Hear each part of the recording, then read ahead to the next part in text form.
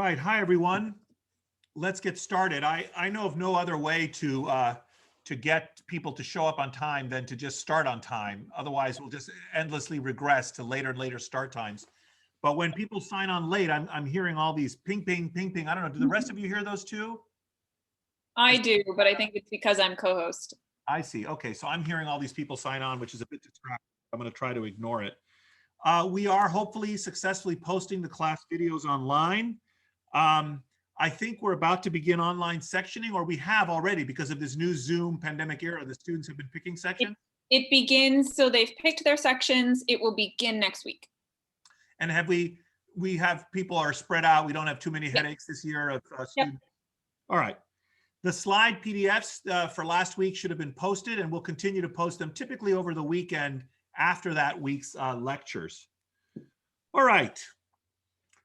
So, and I am, because of this format, everyone, I am trying to find moments just to, I think the questioning will be a bit more authentic and easier if I pause like 2 or 3 times during lectures, any questions. But of course, if you shouldn't feel constrained by that. If you have some burning clarification or question you want to ask, please raise your hands. And if I find that it's too long or something, I'll just say I'll get to that later or something. All right, so last time we discussed how, in fact, life expectancy at birth has increased dramatically over the last 100 years, and how this is, in fact, part of a broader phenomenon known as the health transition. Part of the health transition has also involved a shift in the causes of death and in the nature of illnesses prevalent in the population. We've seen a shift from acute and in infectious diseases and nutritional deprivation to chronic diseases and mental disorders as part of the health transition as well. And of course, infectious disease is an ever-present threat, and I've been talking about this topic, teaching it for over 20 years now, and the 1918 pandemic was always a kind of like a historical curiosity, but now we are all seeing how infectious disease is in fact an ever-present threat. In addition to all of that, there's been this phenomenon of a compression of morbidity so that we are living longer, dying of different things, and healthier while we live. We also reviewed some ways of defining health, specifically the statistical, adaptive, and social standards, and some ways of measuring health. And finally, we introduced the idea, we closed the last lecture, we introduced an idea we'll return to later in the class, this problem of medicalization. And we noted the irony that even as mortality has been decreasing, more and more seemingly or previously tangential items have been added to the list of what is deemed a legitimate concern of doctors. For example, in the very first class, we saw these data.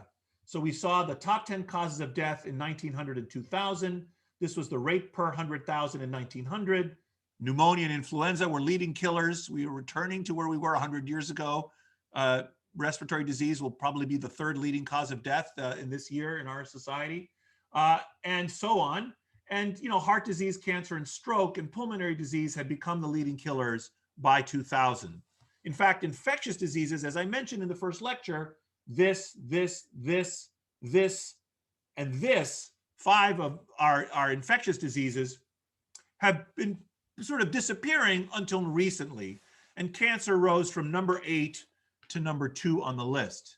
So the question before us now is, can we understand why this happened? Does this shift in the causes of death, in fact, have something to do with modern medical care? And are these other diseases declining for a reason? And if so, what is that reason? Now, certainly, there have been extremely impressive advances in medical care in the last century.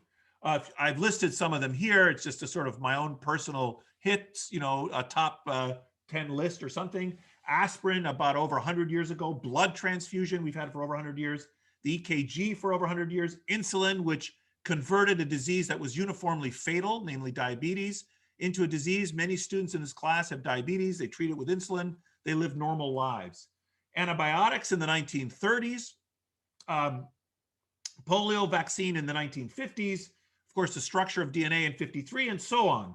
Oral contraceptives, organ transplantation, CAT scanners, anti-HIV, so-called highly active antiretroviral therapy, which converted AIDS, which was a uniformly fatal disease when I was a young doctor, to one that is basically managed as a chronic illness now. And finally, in your lifetime, in the last year, this very dramatic discovery of mRNA vaccines, which allow rapid prototyping and development of efficacious vaccines. And all of these have had substantial life-saving effects in individual recipients and have improved the health of the population. And it's reasonable to ask, for example, whether the discovery of antibiotics around the time of World War II had something to do with the decline of infectious diseases that I just mentioned in the previous slide. Medical care has clearly changed in the last 100 years. And you can get a sense of this just by looking at changes just by looking at static pictures of hospitals. This is a hospital in 1983, okay? And this is a hospital in 1942. You have someone feeding you now, let's say. Maybe in those days, this is not a joke. In those days, prior to that, you might have had to provide your own food when you came to the hospital. And in many developing world countries, hospitals today, your relatives have to bring you your meals. Your relatives have to provide nursing care. There isn't professionalized nursing care. And this is a hospital in 1950. We've got a little bit more equipment now. You've got like some pulleys and levers and some sticks and some ropes, maybe. Maybe the hat of the nurse has changed or something, but really still not a lot of change. And here in 1956, maybe some animals are being used therapy. See the little ducklings in the foreground there that no doubt are bringing great joy to this little girl's life. And this is a device that is helping her breathe. Actually, it's like an iron lung, but not exactly. And this actually is what might happen when you got to 2000. A rather dramatic change. And this is what seriously ill patients have looked like when I've taken care of them in my medical career. And in fact, the situation, the changes have been so dramatic that for some patients, a kind of guide is required. Here's a brochure put out by the Society of Critical Care Medicine, which is, what will my loved one look like is the title of the brochure if you look up at the top. And they have like a kind of a picture of your loved one filled with tubes going into every orifice of the body, into every possible cavity of the body. Heart monitor leads, a pulse oximeter, a Foley catheter into the urethra, peripheral IV lines, blood pressure cuffs, arterial lines, that's like an IV, but inside your arteries instead of inside your veins. A central line, that's like a big IV in one of the big veins in your that goes to your heart. A ventriculostomy, endotracheal tube into your lungs. A tracheostomy tube potentially if there's swelling in your mouth and they cut right into your trachea through here. A chest tube if your lungs have collapsed. A nasogastric tube to feed you up through your nose and through your esophagus into your stomach. A dialysis catheter if you need dialysis. An intra-aortic balloon pump, which is a technology we used to fear, and which has unfortunately made a comeback for certain COVID patients. Anyway, the technology has advanced to the point where people or their loved ones need a manual if they're in the hospital. And this is intended to inform people of the possible existence of and use of all these various lines. And there's even a suggestion in the title of this pamphlet that patients might even have been made unrecognizable by our healthcare technology. And in fact, it's not just the change in the pictures that might give you a sense that medical care has changed dramatically. Here's the direct testimony of one doctor. Actually, this was a doctor that was one of my teachers 30 years ago or 20 years ago, something like that, when I was in training. Here's what he told me. He said, when I was a young doctor in the 1940s, we were led to believe that certain diseases had certain courses. For instance, there was nothing we could do for individuals who had subacute bacterial endocarditis. That's like an infection of the lining of the heart. And he says, when I was in training in the 1940s, there was nothing we could do for that. We were taught that you couldn't cure that and that the course of the disease was 2 or 3 months. You could be much more definitive in those days. The patient was going to die. We didn't have anything we could do for patients. For instance, Addison's disease due to tuberculosis was another one for which there wasn't anything you could do. They all died. And roughly, we would divide leukemics up into acute leukemics and those with chronic lymphocytic leukemia, and we knew the latter would live for a much longer period of time. We could give them a little radiation or something, whereas the acute leukemics would die. Most kids with leukemia in my early days all died. We just began to get antibiotics when I was in school. Penicillin just came in about that time, what little became available. Before that, people who got pneumococcal meningitis, most of them died. But we didn't have much to do about it. We knew that if they had meningitis, well, it's a bad disease.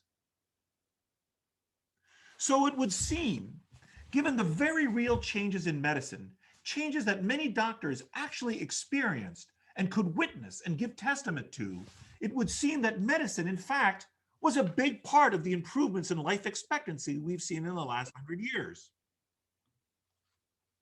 And so this is an illustrative cartoon.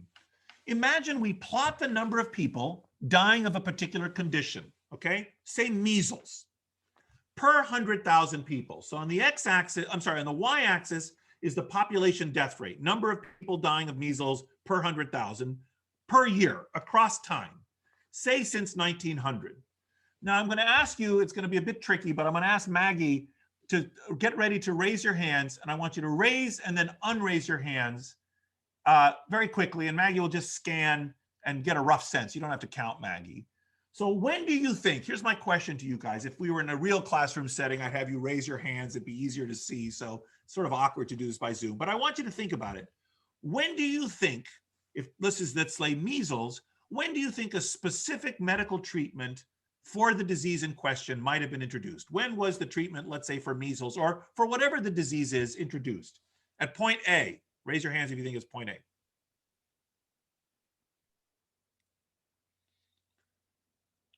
All right, you can take your hands down. What about the B's? Who's on B's team? All right, B's can take their hands down. Now C's, who's on C's team? And take your hands down. And D, who's with D? We got some D's. And finally, E, who's with E? All right, well, here is in fact the data based on measles. Here is the mortality rate per 100,000 on the y-axis over a 100-year period. And here's the across time, and the measles vaccine, which was the first specific treatment modern medicine had ever invented for addressing the problem of measles, was introduced way after measles had disappeared. And this kind of analysis was first introduced by the British medical historian Thomas McEwen, maybe half a century ago now, and it was very influential in stimulating people's thinking about the topic you and I have been discussing this morning or this afternoon. And incidentally, to introduce another idea, let's say that measles mostly affects young people, which it does. Maybe, or do you think that the decline here might simply be due to an increasing aging of our society, meaning that there's just simply been a decrease in available victims? In fact, no, that's not the answer. This decline would be present even if we adjusted for the changing age pattern of the United States over this time period. So in other words, the idea here is, well, maybe Nicholas is telling us something screwy. The number of people dying from measles per year has been declining simply because the Americans are getting older and measles afflicts the young. So that's why the count is going down. But that's not the reason, because even if we adjust for age, we would have the same pattern. And this notion of adjusting for other factors is something we're going to return to. And in fact, it's relevant to understanding comparisons across countries with respect to COVID-19 mortality. Why is Nigeria doing so much better than Italy? Well, the median age in Nigeria is 18. The median age in Italy is 47. So the Nigerians are young. So the epidemic sweeping through Nigeria doesn't kill as many people as it does sweeping through Italy. So to really get a sense of what's going on, you got to adjust for age.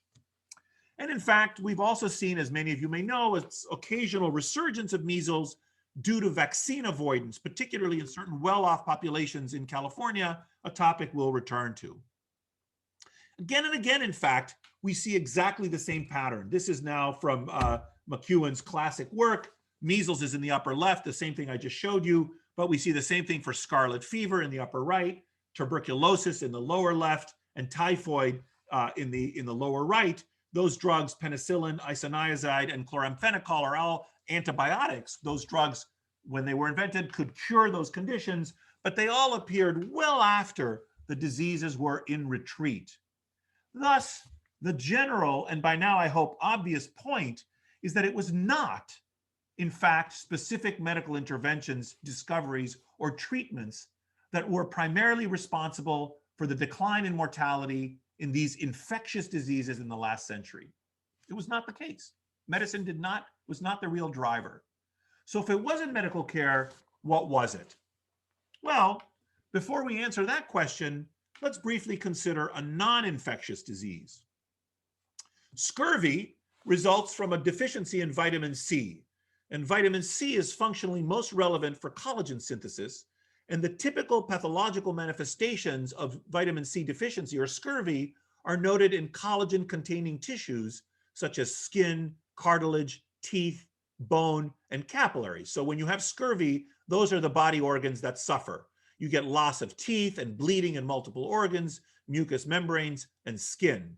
And a person with this ailment looks pale and feels depressed and is partially immobilized.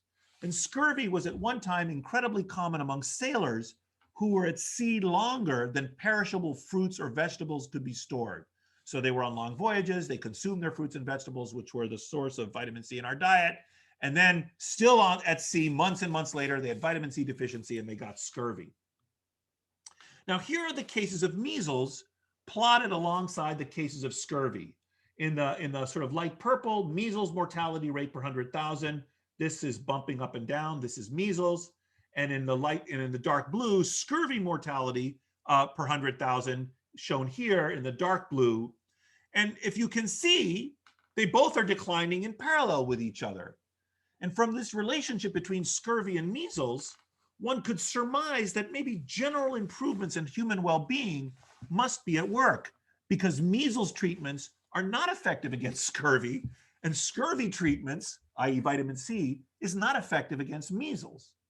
That is, an increasing awareness of public health and a decline in poverty were most likely responsible for the decline in infectious diseases. What do you think might have been, if you look here, you see this bump in scurvy right in around 1940. Do you see this bump right here? So scurvy is declining, and you get this bump right around in the 1940s. What do you think might have caused that? Any thoughts, anyone? Yeah, Matt was first up that I saw. They could have been rationing fruits during the war effort. Yeah, And yeah, nutritional deprivations. People were low on vitamin C during the Second World War. Thank you. Now, this pattern we've been discussing is not, in fact, totally uniform of, decline, decline, decline, decline. And certainly some conditions did yield not just a socioeconomic change, but in fact to specific medical interventions. Here is more detail on the decline in pneumonia, a bacterial disease that used to be hard to distinguish from influenza, which is a viral disease. And this decline was afoot already by the late 1930s. Okay, so here's the decline. It's declining, and you get the discovery of antibiotics here, and then you get an even greater decline, as you can see. It's true that it was already declining before the discovery of antibiotics, but it looks like the discovery of the sulfonamide antibiotics and then, of course, penicillin had a big effect. And in many ways, this success has cursed medicine ever since. Penicillin turned a disease that was generally fatal into one that rarely was. It was truly a miraculous drug, but there has never been another drug like penicillin. Never another drug so powerful, so safe, that took a disease that was almost uniformly fatal, like the testimony of the doctor I read a little while ago, and made it completely survivable. A few years ago, I did some research reading accounts of doctors taking care of people with pneumonia 100 years ago, and you would read these cases that these doctors wrote up, and it would make me weep like a postpartum young woman with 2 children, dying, because I could walk into that patient's room, lift my pinky, and save her life using modern medical technology.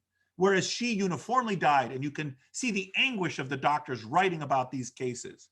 So penicillin was truly a medical discovery, that had a discernible impact on population health. And it's possible that in some ways the COVID-19 vaccines may be similar, given the rapidity with which those vaccines have been invented. And we'll return to COVID vaccination later in the class. We can also know that health is not solely attributable to the extent of healthcare in another way as well. This information is taken from your readings. Across 10 rich democracies, the United States spends the most, but has the worst health indicators. So if you look at the percent of total spending on health out of a percent of national total GDP, here's the United States #1. Here's the mean spending on health per capita #1. But if you look at all these life expectancy measures, we're at the bottom here on the far right. And there are many, many indicators like this in your papers. And here's Japan and Switzerland and Australia and France and all of our peer countries at the top in terms of life expectancy. So that's another clue that maybe it's not medical care that actually is helping us so much. And we can get other insights into the utility of medical care with respect to public health, the health of the public, in still other ways. For example, we could imagine an experiment in which we simply eliminated doctors from our society. What would happen if all the doctors just retired or were taken to Mars, for example? Now, it would be impossible, of course, to do a real experiment like this, but there are so-called natural experiments in the form of very rare strikes by doctors. Your readings provided data from 5 strikes by doctors from around the world between 1976 and 2003, lasting between 9 days and 17 weeks. And the analysis showed that the mortality of the public either stayed the same or decreased during the strikes, and in some cases, even after the strikes. None of these studies found an increase in mortality when medical care was withdrawn from society to some extent because of the striking of doctors. And possible explanations for a decrease in mortality during strikes include a delay in elective surgeries or perhaps a decline in doctor-caused injuries. Sometimes healthcare harms patients. They get the wrong medicine and get a reaction, or a surgeon makes a goof. And this is called iatrogenesis, doctor-caused iatrogenesis, and is also a topic we'll return to. And this topic has reared its head again during the COVID-19 pandemic, when much of our healthcare system was shut down, and the question was raised, well, apart from the impact on COVID, how did that affect mortality from other things? Here's a similar study to the strike study that looked at what happens to patients hospitalized with serious cardiac disease when most cardiologists are away at their annual national meeting. So this was a very inventive study that said, okay, let's look for I forgot how many years, 10 years or something, or 20 years. Every year there are annual meetings where 90% of the cardiologists leave their hospitals and go to a city and hang out there and have a meeting. What happens if you have a heart attack or congestive heart failure back home when all the cardiologists are away? And so this looks at adjusted 30-day mortality for various conditions. Let's look at the high predicted mortality conditions. You have an acute heart attack, you have heart failure, or you have a cardiac arrest. Your heart stops, okay? And now let's compare if you're admitted during a time period when all the doctors are away, you're admitted during a meeting, or you're admitted at a time period where your cardiologists are not away. And the punchline, people, is you do better with serious heart conditions if you're admitted when the cardiologists are away, okay? You're worse off being admitted. So this experiment, this natural experiment of making the cardiologist disappear, seems to improve the health of people with serious conditions. Now, there are a number of other possible artifacts, which if you're interested, you can look at the paper, the authors discuss that, or you can discuss in section, or you can ask me later with at some other time. So the sources of gains in life expectancy during the 20th century can be divided into 2 broad categories. First, medical care, big medicine, doctors, tests, treatment, all these inventions we've been discussing, and or socioeconomic change and public health interventions. And by the way, antibiotics and vaccines go in the medical care, big medicine category. or socioeconomic change and public health interventions, nutritional improvements, sanitation and prevention changes, behavioral changes in the public. People are driving more safely or things like that. Rising wealth. People are getting richer and can afford all kinds of more things that keep them healthy. And mostly, I would say, and in fact, the literature says, it's the latter. It's not medical care that has resulted in the dramatic improvements in longevity we've seen in the last century. Sam Preston, in the reading for today, downplays the role of nutritional improvements, at least in the United States in the 20th century. And he may be right, that that's really in the United States in the last 100 years, it's not that we're eating better so much that's causing these improvements. Now, I need to be very clear. I am not denigrating the role of science or the importance of medicine, though, as I said in the first lecture, I'm kind of skeptical and nihilistic about these things, because in fact, it was, after all, the germ theory of disease, which was a scientific discovery, which led to great strides in the prevention of infectious diseases with the adoption of hygienic practices and the like. And moreover, I'm a doctor myself. You know, it's hard for me to imagine that my life was devoted to a useless pursuit and that I made no difference, let alone injured, the patients that I took care of. Clearly, both sources are important, but big medicine is not the sole or even the main cause of increasing life expectancy in our society. Now, it turns out, yeah, there's a question, Andrew? Yeah, I just kind of a question related to what you're saying here. I wondered if you could, what your thoughts are on the fact that maybe socioeconomic change and public health interventions and such that kind of helps prevent disease from actually, manifesting, versus medicine is an act of sort of treating it when it's already present. And my intuition would be that that would be less effective, the latter. What are your thoughts on that, given what you've been talking about? Yes, that is absolutely part of the dichotomy. And I don't know if you were at the very first lecture, but towards the end, I had a slide that kind of laid out that tension. And you're right to kind of map these a little bit. They're not the same. In other words, it's not the case that medical care is all about the treatment of disease, and socioeconomic change is all about the prevention of disease. But you're right that that is a kind of correspondence there. Any other questions? I say this at risk because I can't see your faces. I have no idea how many of you there are on the call, or how many of you might be raising your hands, but help me to have good practices here. Anyway, it turns out that these benefits in life expectancy that I just mentioned were differentially distributed by socioeconomic status. So not everyone benefited from these, at least not equally. And this, it turns out, resulted in widening SES differentials in mortality. Now, this idea that as a rising tide doesn't lift all boats the same, it lifts some boats more than others. This idea, while itself an interesting idea, which we will discuss at length, actually also provides insight into the source of the mortality decline, if you give some thought to it.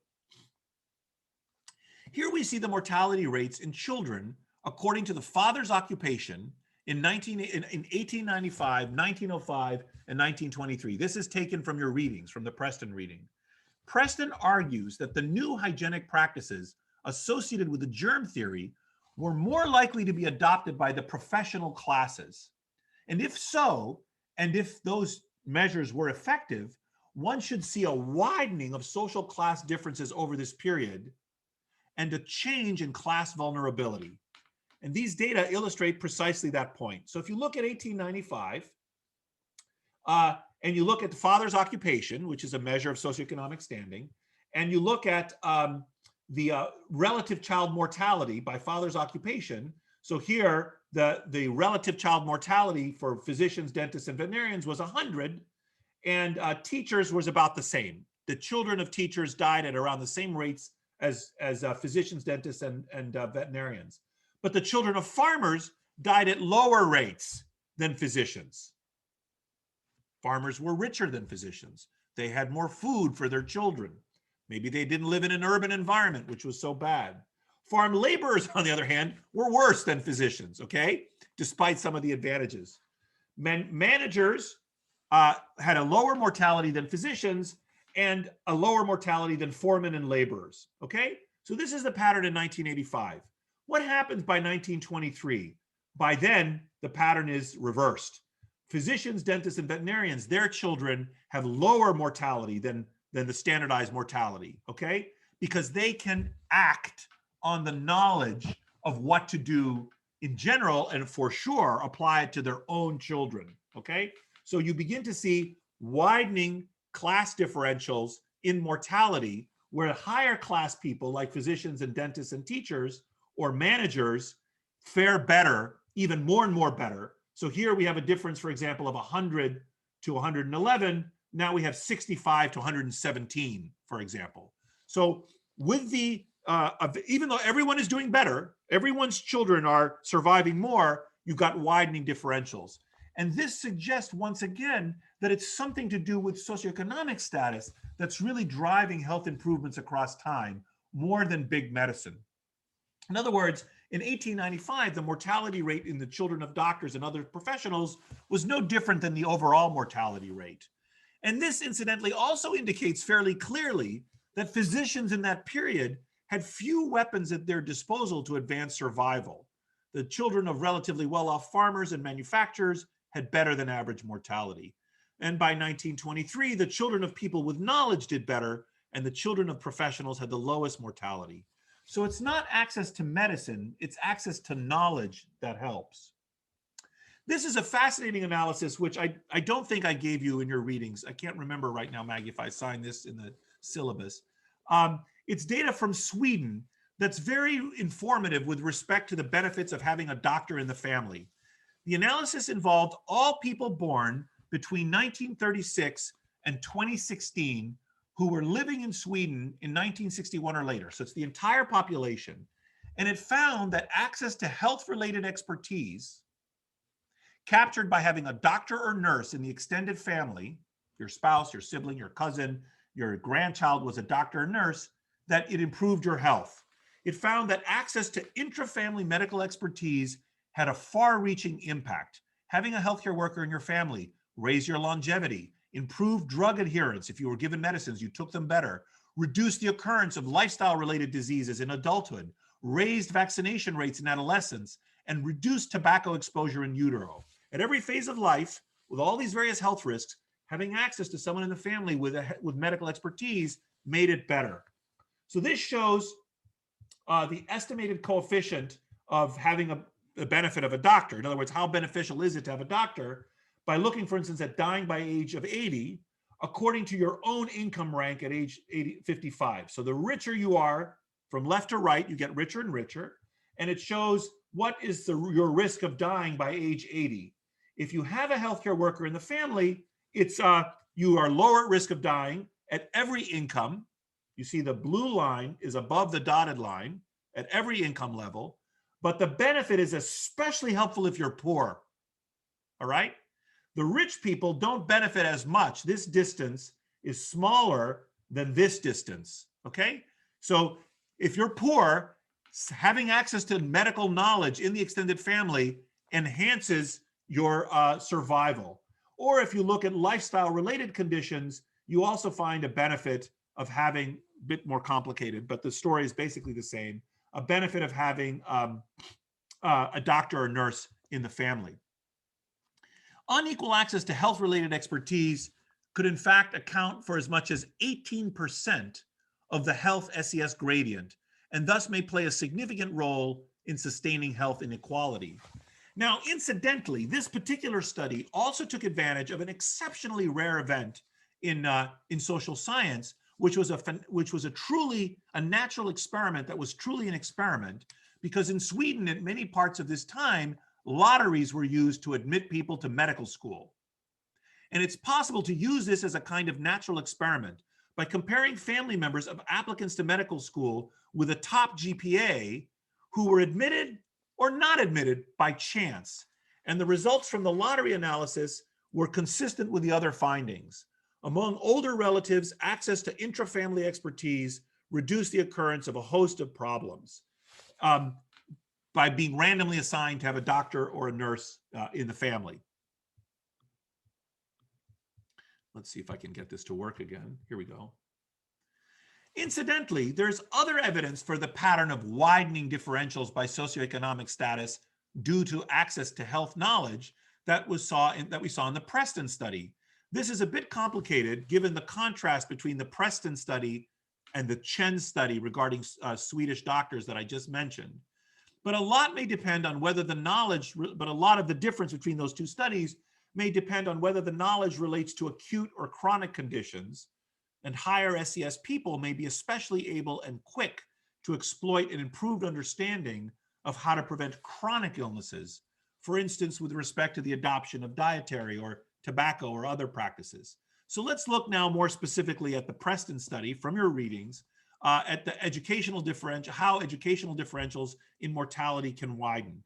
And in particular, look at the middle panel. So this looks at individuals that were 65 to 74 years old, right here at the bottom. And this shows deaths per 1,000 people in men in the solid line and women in the dotted line in the period in 1960 and in the period 1971 to 1984. So let's look at men, for example. And we saw that in 1960, the death rates for men in their 60s were very similar, regardless of how much education you had had. You had had 0 to 7 years of education, you were there, 8 years, 9 to 12 years, or greater than 13 years. Yes, there was a little bit of a gradient. The more education you had, the lower down you were, the less likely you were to die, but not a huge gradient. Does everyone see that in this slide? This little point right here.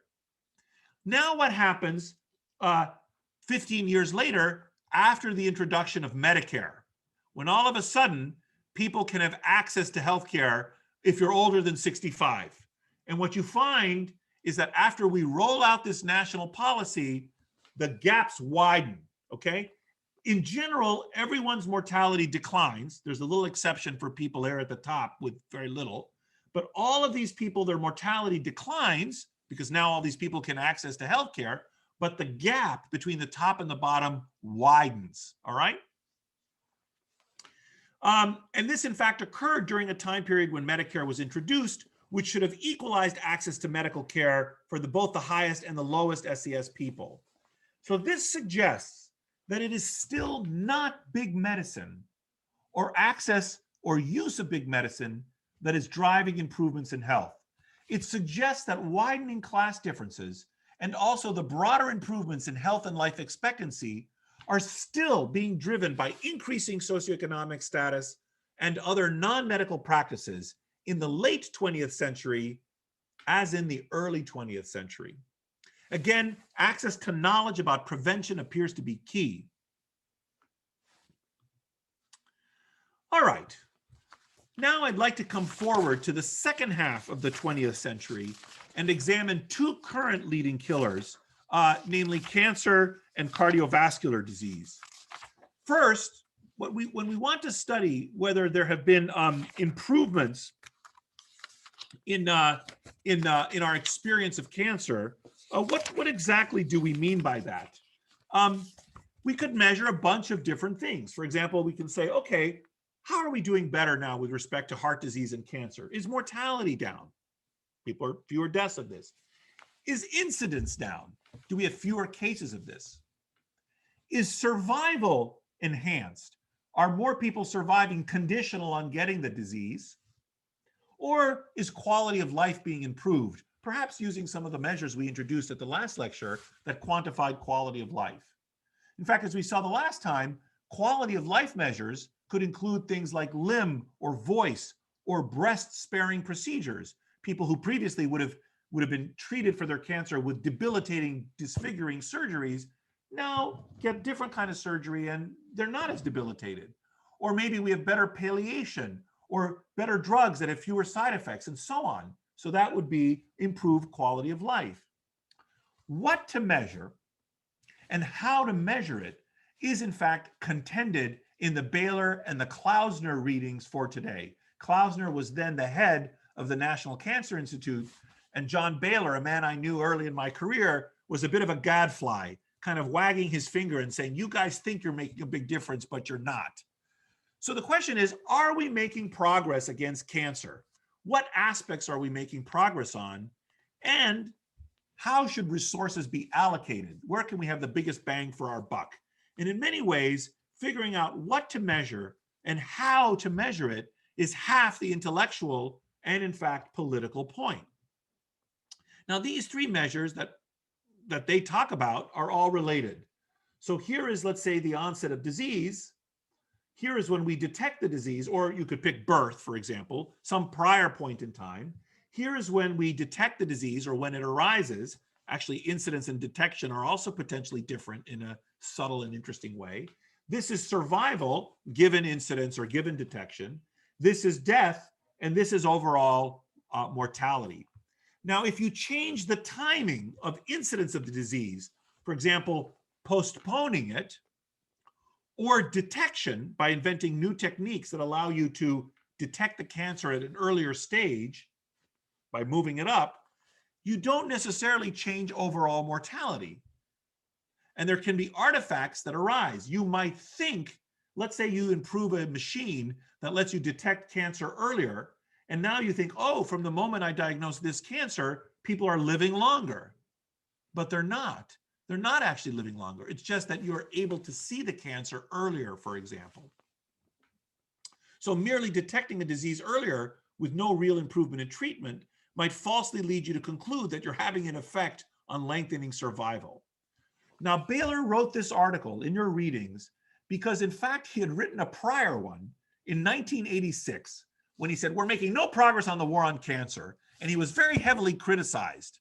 And his critics said, important discoveries were just around the corner. We're going to have a cancer-type drug like penicillin any day now. And you should wait and see, Dr. Baylor, they said to him.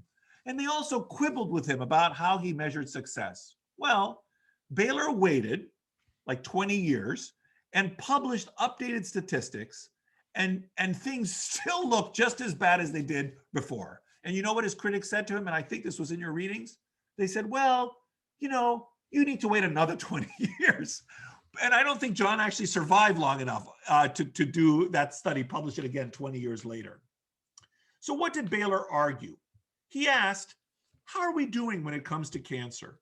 And this slide, taken from your readings, shows mortality from all malignant cancers from 1970 to 1994 in the total US population according to race and sex. And the rates have been age adjusted to the US resident population of 1990 to take into account the changing age structure of our population. In other words, we're getting older. So our American society is older than it was in 1990. So we don't want to have rising cancer rates simply because people are getting older. We need to take into account that we have more elderly people by doing this age adjustment thing that I mentioned. And you can see here, if you look at the total mortality, this is deaths per 100,000, age adjusted. The total mortality is flat between 1970 and 1994. White males roughly flat, white females gently rising, black females gently rising, black males mostly rising, but then some decline beginning in the 1990s. And in fact, once again, you can see this pattern of widening differentials across time here with respect to race. So the difference between black males and white males in 1970 in deaths from cancer are smaller than the differences 25 years later. So again, this pattern of widening differentials. Now we've been introduced to this idea repeatedly now by education, by race, by father's occupation. This is an important idea that we'll return to. By the way, what is this age adjustment and what was the point of age adjustment, which was contested by the authors? So the authors were having this big argument, which if you did the readings, which I must insist you do, and you need to do the readings, if for no other reason, in order to learn, but they're arguing about this age adjustment. Well, what if we looked at the number of deaths per capita in Sweden and Panama, and we saw figures like this? We said, we looked at Sweden, there are this many deaths in a year, 73,000. The population of Sweden is 7.5 million. There's 7,000 deaths in Panama. Population of Panama is 1 million. We divide deaths per population, and the crude mortality rate per 100,000 is 981 in Sweden and 724 in Panama. And we might say, oh my God, Panama is healthier than Sweden. But you would immediately think, you know, no, that's not the case. maybe what's part of what's going on is that the Panamanians are simply younger than the Swedes. That's why they're living longer. They're just simply younger people on average. And in fact, to really compare the mortality of the two populations, we would want to take into account the differing age structures, and in particular, the fact that Panamanians are younger. And after accounting for age structure of the population and computing the age-adjusted mortality, we see that, in fact, unsurprisingly, Swedes have a better mortality than Panamanians. Now, this procedure also helps account for the fact that as we make progress against some diseases, the age structure of the population can change. For instance, a decline in infectious disease leads to older populations because mostly young people die of infections. And we might wrongly conclude that cancer has become a bigger killer, whereas it's the same killer it always was. It just has now more suitable victims. So as the population ages, because we say fix infectious disease, now there are more elderly people around, and now cancer can kill them. Whereas before, they were killed by germs, and so cancer didn't kill them. But that didn't mean that cancer wasn't a serious killer. It didn't have available victims. So this age adjustment helps to take care of this as well. And this is hotly argued, how to age adjust it. And at some point, I think Baylor says to Klausner, he says, well, by your argument, what we really should do is age adjust to the medieval population where everyone was young. And if we did that, if we age adjusted to a medieval population, which is very young, we would find that, something totally different simply because the population was young. And Baylor is right about this.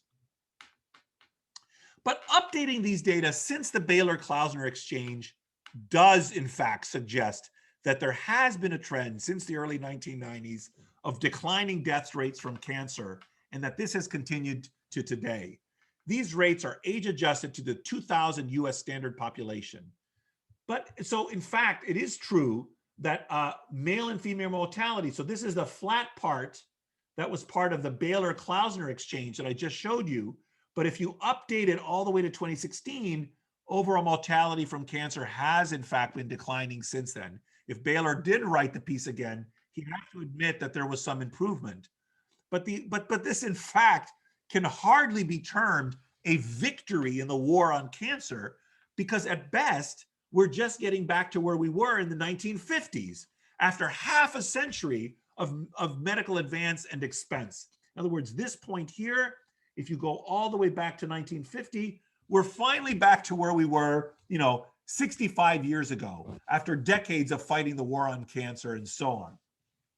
Furthermore, this improvement doesn't address if it is treatment or prevention that is most responsible for the decline in population cancer rates. In fact, closer examination of which cancer have been declining, as Baylor shows, reveals that the diseases that have declined in the recent period appear to have done so either in response to changes in health habits, in other words, people have learned to stop smoking and that's led to a decline in lung cancer, or in response to screening practices like colorectal, breast, or prostate cancer screening. So the argument is that it's in fact not treatments, it's not big medicine that's led even to this improvement. It's not big medicine. It's to prevent changes in preventative measures and public health practices that's really driving this improvement in mortality. And this, after all, is the underlying political debate here. Do we treat cancer on a case-by-case basis, using individual medical care like chemotherapy, or on a collective basis, using public health interventions like screening or health education campaigns? And we can get a sense of which cancers have been declining on this slide. These are the trends in cancer mortality rates by sex for selected cancers from 1930 to 2016. And so, for example, here is lung cancer, you see. This is when Baylor and Klausner debate takes place, this red line. In fact, there has been a decline in lung cancer, which is great, but we're just back where we were, in 1960. And in fact, we were doing vastly better from lung cancer in 1930 than we are today. This is hardly a victory in the war on lung cancer. Or, for example, if you look at prostate cancer, where's prostate? Prostate is here. Yes, prostate cancer is coming down due to screening. And we're sort of back where we were in 1940. This is age adjusted, so it's not age in terms of prostate cancer. So you could do this and you could see, okay, what's going down? And the declines are lung, prostate, colon. Where's colon? Colon is blue. You see this is declining due to colorectal screening. But these other things like pancreatic cancer are flat, leukemia is flat. The things that have been going down are things that we can prevent with public health measures, not the things that we can treat, let's say like leukemias that we can treat. And there's similar patterns in women, and specifically breast cancer. Breast cancer is declining, but breast cancer is a screening amenable condition. Are there any questions on this, just this little point about the Baylor-Klausner debate?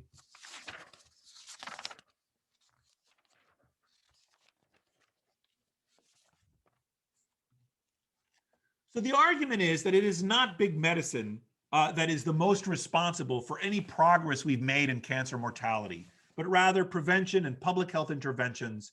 And this argument strikes me as quite compelling.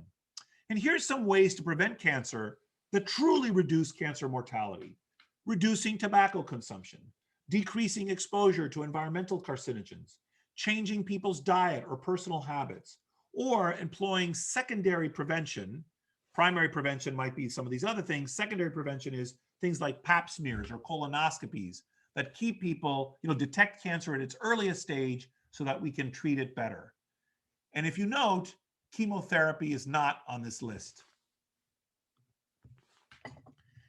Now, analogously,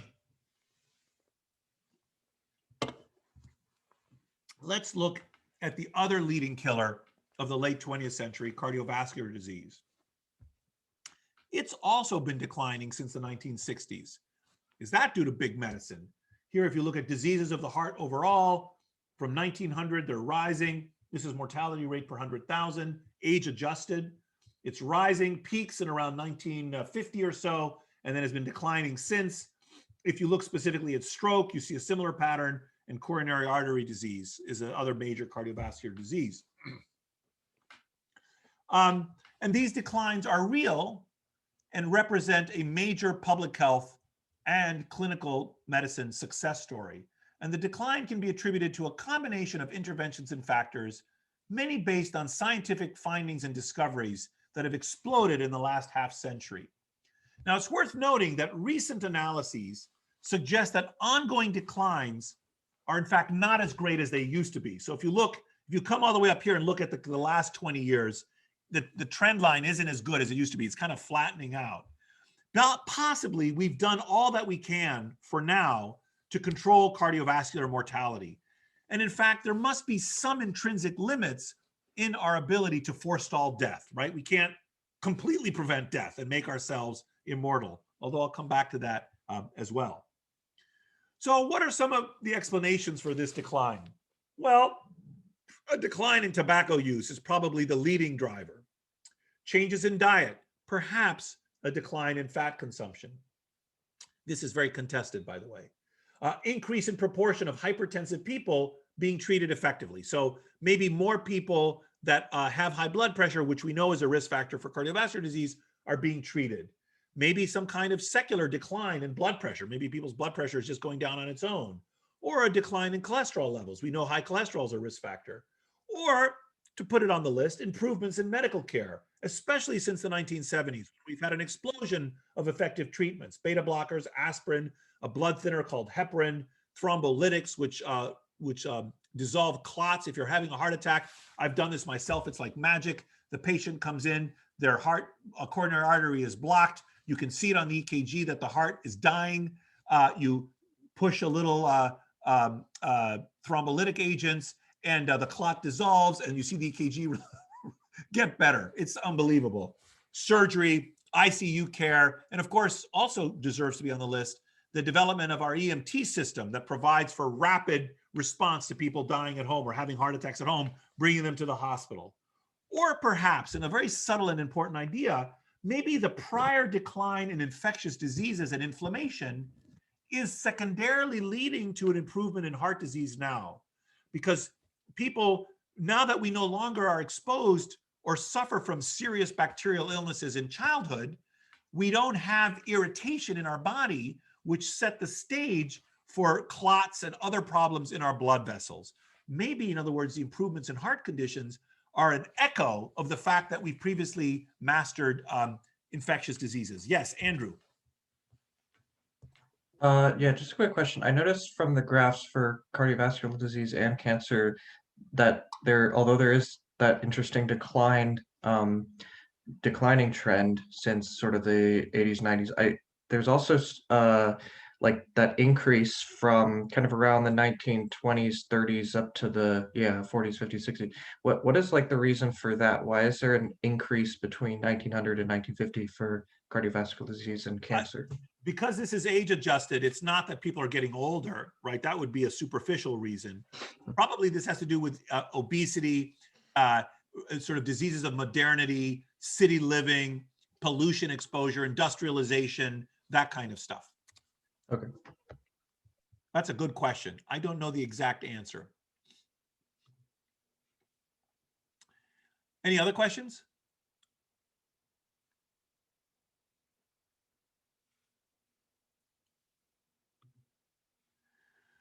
All right. Well, curiosity about the explanation of the observed decline in coronary disease. Actually, Andrew, if you take your hand down, it would be helpful because you're just filling my screen right now. Thank you. Not that I don't like you filling my screen, but given the way the system I have, it's like, who has his hand up? It's like right there.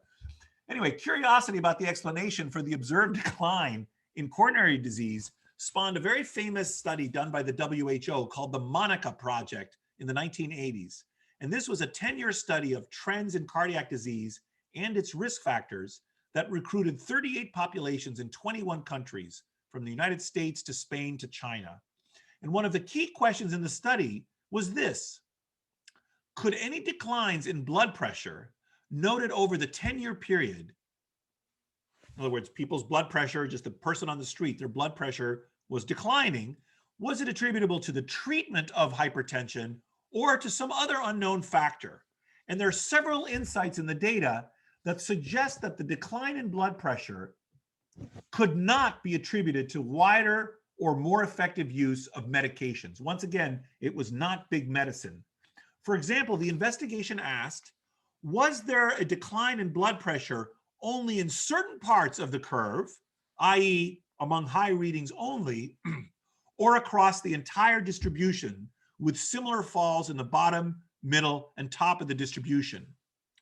Since people at the bottom are not being treated with blood pressure medication, if declines are seen across the distribution, it would suggest something other than the treatment of high-risk individuals. In other words, if it's big medicine, since we only give antihypertensive treatment to these people, so these are just histograms. So this is systolic blood pressure on the x-axis and number of people per thousand. So this is, how the average blood pressure is, 130, and this is the number of people that have a blood pressure of 180 or 160 or 80 or 100 or whatever, just a bell-shaped distribution.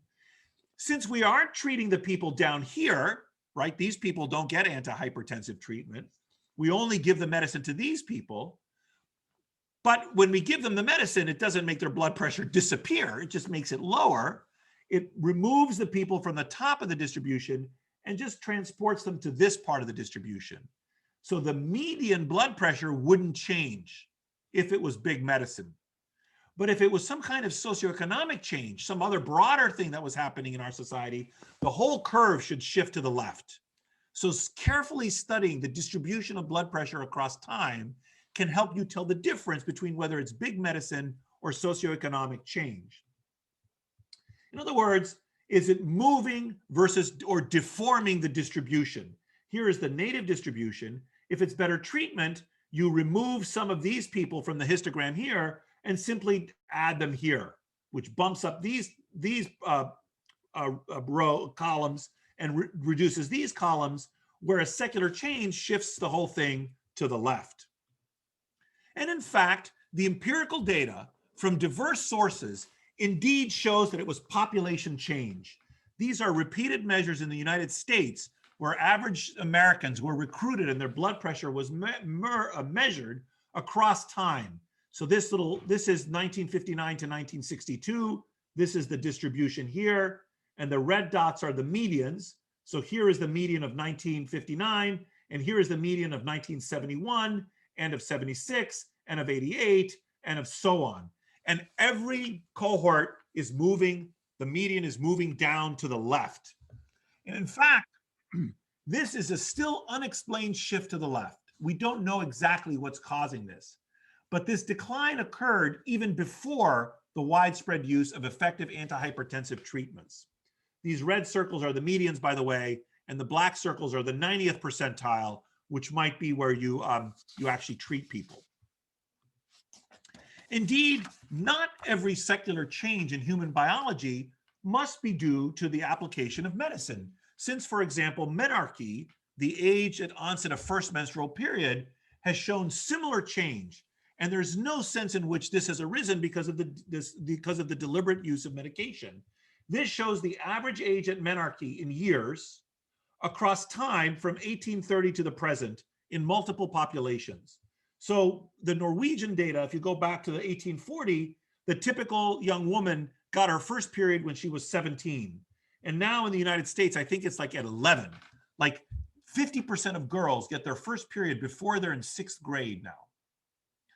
And it's not because we're giving them medicines. We're not treating them to make their periods come earlier. Something else is happening in our society that can drive such a physiological shift. Let me just see here. Maggie, remind me if we into 345 or 350. 345. 345. All right.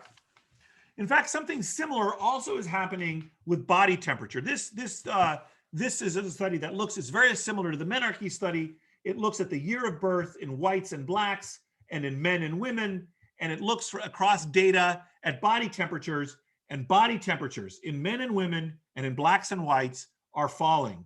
Blacks on average have a higher body temperature than whites, and higher body temperatures than whites, and women have a higher body temperature than men.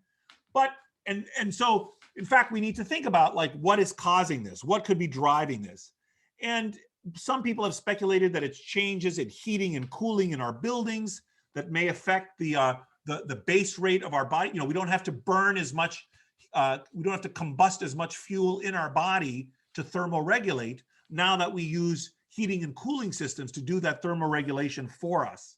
Or it could have to do with the amount of time we spend in thermoneutral zones, or all kinds of other things. For example, like the decline in inflammation, again, because we have fewer infections, which don't irritate our body as much. Part of inflammation is having a higher temperature, and maybe that's explaining it. And in fact, this decline in chronic inflammation may have many other explanations, like economic development, or improved standards of living, or sanitation, improved dental hygiene. And you know, our body temperatures may be declining because we invented toothpaste, and people have toothbrushes, and we're rich enough to afford it. Okay, so secular change can happen, and it's important due to socioeconomic changes. These are not changes due to big medicine, obviously. So the balance of prevention and therapy always needs to be assessed, and it's politically contentious, as we saw in the Baylor-Klausner exchange. According to David Cutler, also in your readings, the return on investment in cardiovascular disease and treatment and prevention is very different. The typical adult will require that $30,000 be spent on cardiovascular treatment over their lifetime, but they gain $120,000 in net present value due to their increased longevity because of the treatment we gave them. We spent 30 grand, they get 120 grand in quality adjusted life years. That's a return on investment of 4 to 1. But the typical adult will require just $1,000 be spent on cardiovascular disease behavioral change and prevention, but they gain between $7,000 and $30,000 in net present value for that. So the ROI on prevention is vastly larger than the ROI on treatment. And in fact, this issue of prevention versus treatment will be a recurrent theme in this course. Now, all of these changes in disease incidence, whatever their cause, are not going to make us immortal. And these observations about increasing life expectancy do raise the question of what the upper limit of human longevity might be. What if current trends continue? How long might we live, in fact? And here's some estimates of maximum life expectancy at birth based on various very healthy, long-lived populations. For example, the life expectancy in years in 1986 in the United States was whatever this is, 74. In Japan in 1988, it was substantially larger. Mormon high priests live an exceptionally long time. Mormons, of course, have an incredibly salubrious lifestyle. To have the high status of being one of the Mormon high priests is also a topic we'll return to, how that might help you. And some demographers have estimated that if you did everything right, adopt every optimal risk factor, life expectancy would be about 100 years. If you did everything that is known to enhance your life. Another way of thinking about this is the following. Imagine that we could divide causes of death into two categories, intrinsic and extrinsic. Intrinsic causes of death arise from failures of biological processes that originate within the organism.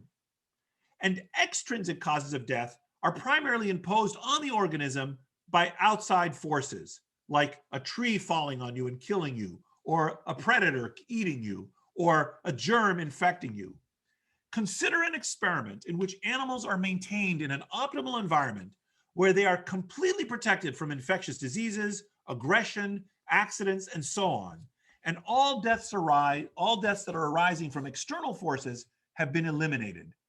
Every animal in this population would theoretically achieve their lifespan potential and succumb to an intrinsic cause of death. So if we eliminated all intrinsic causes, would we live forever, or at least a very long time? And could we also even make progress against the intrinsic causes? For example, using gene therapy or nanotechnology or cyborg technologies, which are all topics we'll discuss at the very end of the class when I return to this. This has resulted in a debate among various kinds of scientists. Now, scientists sometimes, when they have this kind of debate, also make a bet. And there's a long and famous tradition of scientific bets that are intended to distill arguments to their essence and force people to think as clearly as possible. There have been many famous historical bets. Alfred Russel Wallace, the famous naturalist, who actually was as good a scientist as Darwin, but doesn't get as much credit, bet John Hampden in 1870 that the earth was not flat. There was actually a person in 1870 that was willing to bet money that the earth was flat. And in 1980, economist Julian Simon bet population biologist Paul Ehrlich that the price of metals would decline over 10 years. And he was right. The metals did decline. And in 2005, there was a bet that is relevant to what we've been discussing today, namely, would people or could people live to be 150 or not? And this relates to intrinsic versus extrinsic mortality and the theoretical upper limit to human lifespan. If we progressively conquer all extrinsic causes, accidents, diseases, and so on, will we simply be immortal, or are we pre-programmed to die at some point no matter what? And this bet took place between my friend, Jay Olshansky, who was a demographer in Illinois, and Steve Alstead, an equally smart man who's a zoologist down under. And Olshansky says 130 is the top end of human lifespan. And Alstead takes the other side of the bet, says someone will live to be 150 years old by 2150. And what they did is they made a bet, and they agreed that the heirs of the scientist who wins the bet will collect the prize. And the bet is $500 million. It's the estimated value of a trust fund that the two men inaugurated in 2005 with $150 each. And the trust calls for each scientist and his heirs to contribute a minimal amount of money to the trust annually for the next 150 years. And then the bet will be adjudicated, and this huge sum of money, because of compound interest, will be given to the heirs.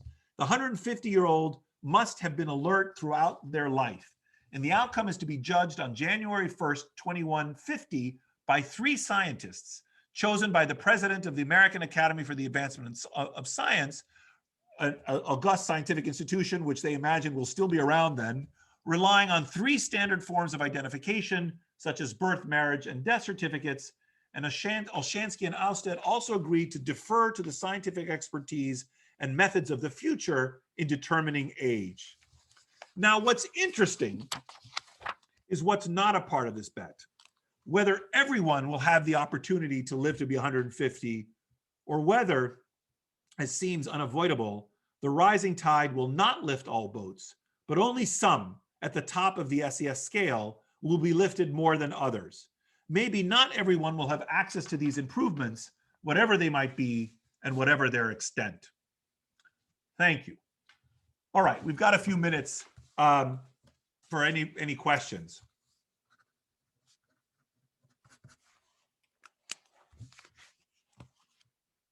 Any questions? What if someone lives to be 140 by 2150? That is a very good question. I don't know the answer. I think it's, although this is their positions today, I think the bet is they picked a threshold of 150. So despite the fact that I set it up this way, I think they anchored it at 150 in the bet. So 140 is against Alstead, favors Olshansky's errors. Thank you. By the way, there's a very famous case of a man in Brazil who left a huge tract of land to his heirs 100 years down the line, and that tract of land became worth more than $1 billion. This was, I forgot the details of this case. If some of you find it, if you send it to me, I'd be grateful.